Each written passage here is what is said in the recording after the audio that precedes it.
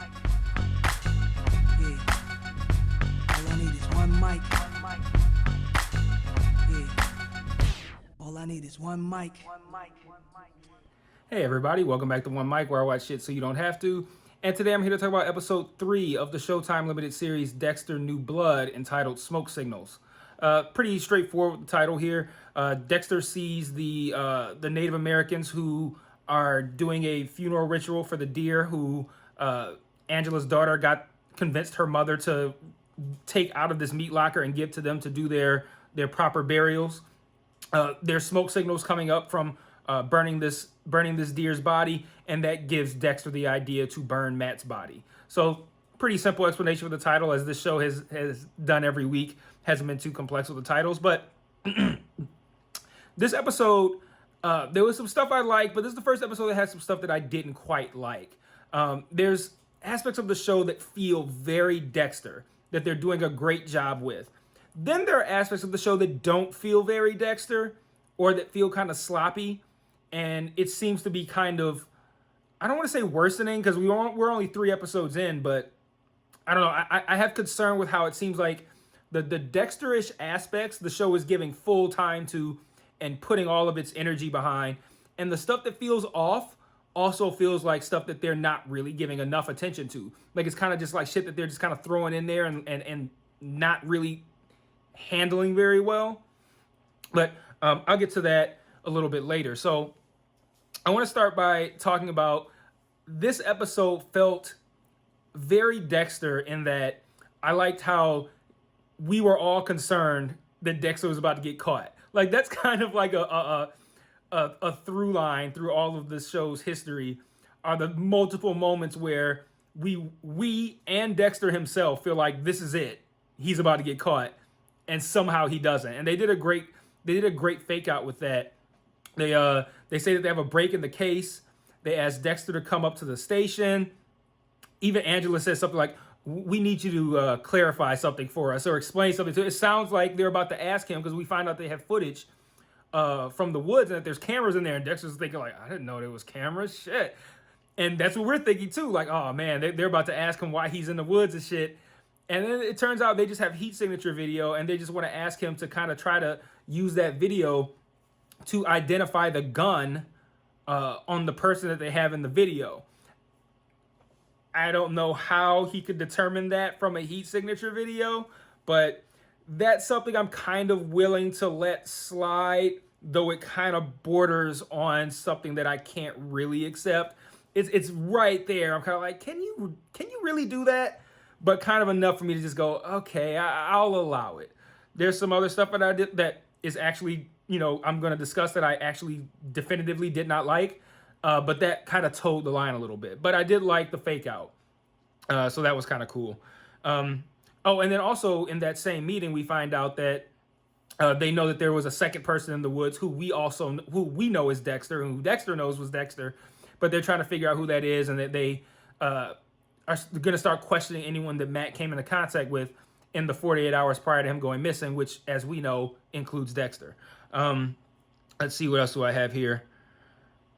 Oh, and the other big, I think, moment of this episode, or I think, like, we'll look at A plot and B plot. The A plot is obviously Dexter again trying to avoid getting caught, but the B plot is with Harrison, and it's super interesting. It's like, 1A and 1B. I guess that doesn't work when I call it A plot and B plot. But it felt like the Harrison B plot was less of a secondary nature to the A plot, and more like they're kind of like on equal footing, because I find both of these to be pretty interesting. But Harrison finds out this geeky kid Ethan is being catfished by the same kids who were like kind of like rooting through his backpack and shit that hang out with Angela's daughter. And he finds out that they're catfishing him, and they're like laughing and shit, and sending this kid nudes, and basically you got this whole fake persona. Harrison doesn't like it. Harrison tells the kid what's happening, convinces him to kind of like shit talk them back. And then when the one guy who's been eye fucking Harrison ever, from jump, and the one that I said that Harrison's probably gonna end up killing, when that guy kind of tries to run up on Ethan, Harrison does this throat grab, completely emasculates this guy in front of everyone. And then on top of that, as he's walking off, basically says, I got accepted to join the wrestling team too, so I'm gonna make you my bitch there too. Like, he didn't say that, but that was ridiculous. I had in my notes like he totally makes this guy his bitch, and then he walks away and makes the wrestling line. I'm like, and apparently he's gonna make him his bitch on the wrestling mat too. But later we see Ethan like FaceTimes Harrison, which at that point I'm already kind of like, okay, I get that you appreciate what Harrison did for you here, but now I feel like this relationship has already gone too far. Like, you just FaceTiming him and shit. But he has all kinds of drawings of him killing his tormentors, and it looked to me, I don't know if you guys felt the same way, but it looked to me like Harrison was pleased with what he saw. So let me know in the comments what you thought. Another thing about this episode that I liked was I like how the CSI kind of blood splatter guy that they brought in to look at the crime scene, he gets out and he looks like a kind of like a buffoon, like he's kind of bumbling around and shit like that. And then he like looks around, like he does some other stuff too. I'm kind of jumping ahead, but he looks around for like a few seconds and then deduces exactly what happened. Like, I like Dexter's like this guy. Dexter's probably sitting there like, this guy might be better than me. Like, if anybody, like, this is Dexter's area of expertise here. He knows exactly what happened, and this guy comes in and just reads the scene perfectly. And I thought that was pretty cool, because that's gonna put Dexter on his heels as well, to know that there's a guy out there who's just as good at reading the room as far as blood splatter goes as he was.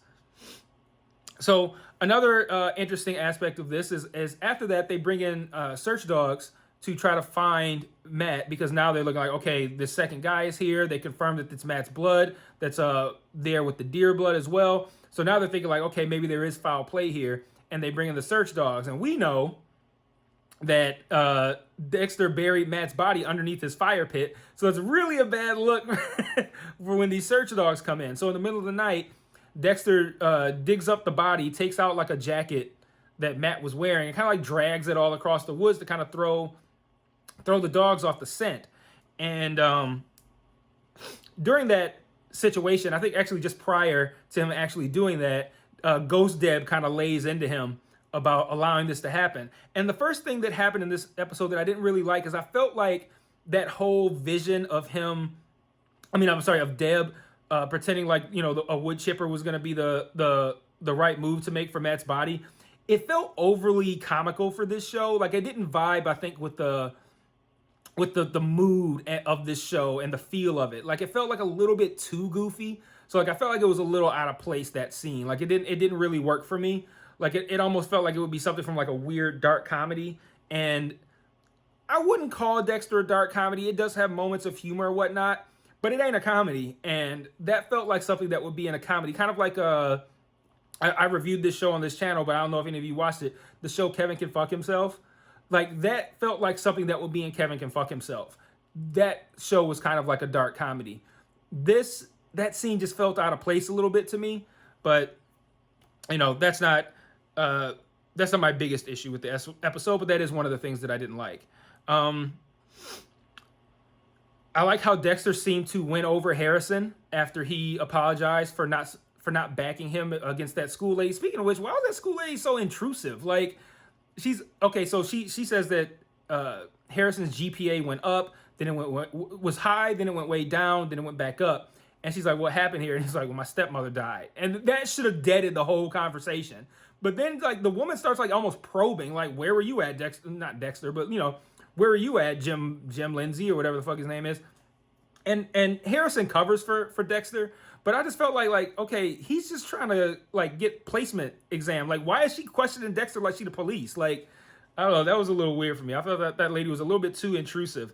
But Dexter, basically doesn't immediately back Harrison, like, oh, he wouldn't cheat. He kind of, asked him questions. He asked him to take the test again. Like, boom, that'll solve whether or not you cheated. He puts whether or not Harrison cheated as something that is up in the air. And Harrison takes offense to that. Later, Dexter apologizes, and Harrison calls him dad. And it was a nice moment, but I just found it interesting because I still, like, given Harrison's nature, I don't necessarily believe that he didn't cheat. Like, I feel like Harrison is somebody who could be just as deceptive as his father when it comes to lying. And I would not be surprised if later in this season it was revealed that Harrison actually did cheat on that placement exam, and that he's just a fucking liar. So before I get to my thoughts, I want to talk about the other thing that I didn't really like in this episode. And it's the same thing that I didn't like last week. I don't like whatever there is they're doing with this girl who got captured. This whole thing, like, I went through the first episode trying to see, like, okay, did I miss something here?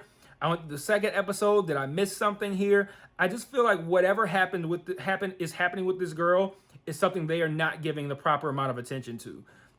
I don't know where she is. I don't know how she got there. I don't know where her placement is within this building. I don't know why she seemed comfortable being there at first. Then she couldn't get out.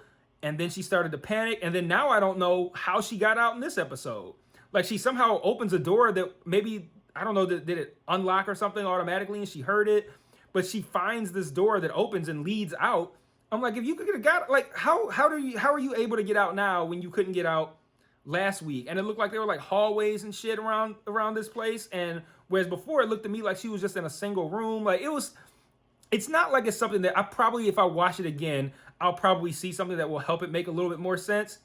But they have not given it proper time. And I don't like feeling out of place when I'm watching something. And I feel like in each episode, not in each, in the last two, when they showed that girl, it's there's too much that's just not known. And I would like to have seen, like, you don't need to do much, like maybe a scene or two to show how she got there, something to show us, you know, what this building or this structure is like outside of where she's being held. There's just too much unknown, and it feels so sloppy. And then she gets away, and she gets gunned down by whoever it is that's keeping her captive. And I think we see this person draining her blood later.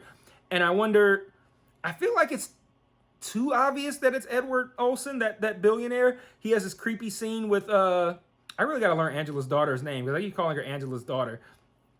Fuck, I can't remember her name, but he has this weird kind of like creepy / scary almost kind of scene with her where I think we're sitting there, at least I was, wondering, like, is he gonna like snatch her up before Harrison gets back? But I feel like that's too obvious. Like, I don't know. I feel like if it's revealed that it's Edward Olsen, I'm gonna be like, well, shit, that was pretty obvious. But I feel like the show doesn't think it is.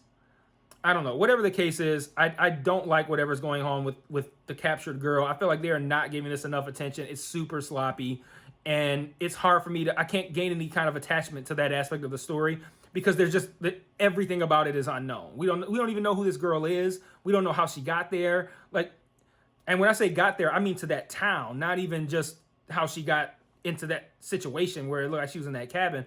Like, there's just so much that's not known there, and I feel like they're just not giving that proper attention. And now I feel like it's that, at least with her, is mostly over because she's dead now. So what was the point of this?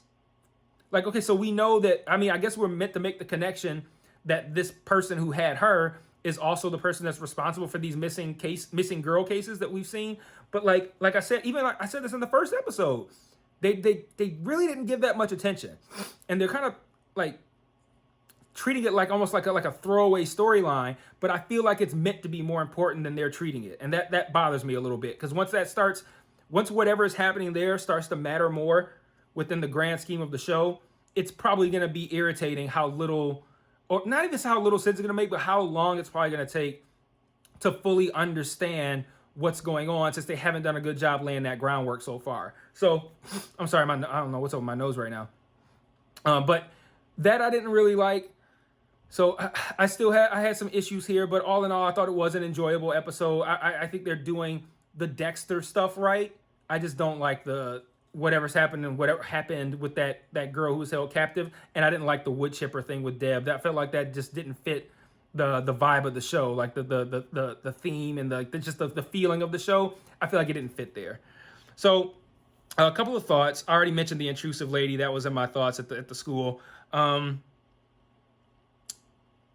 I'm still wondering who Iris is. Angela's going around questioning people who had contact with Matt over the last 48 hours, and she goes to question this guy. His wife comes out, and they have a conversation. They mention Iris. And so now I'm presuming that Iris is probably those people's daughter, but I don't know who those people are to be like, oh shit, it's so-and-so's daughter. And then also we still don't know what happened to her. So I'm wondering how this Iris thing is going to play out.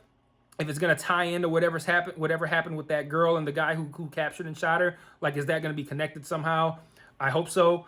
But still wondering on who Iris is. Feel free to put your guesses in the comments if you have any. I like the scene where Dexter's being questioned about his whereabouts at the time Matt went missing. And I like the scene because that cop has always seemed like a nice guy.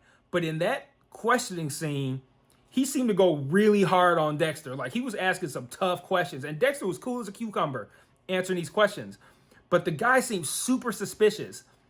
And then once it wraps up, he goes back to being friendly again. All right, you can go. Cool. And it made me wonder, and I think the show did this on purpose, obviously, if the questioning was as aggressive as they made it look, or did they make it look that way because that's how Dexter perceived it?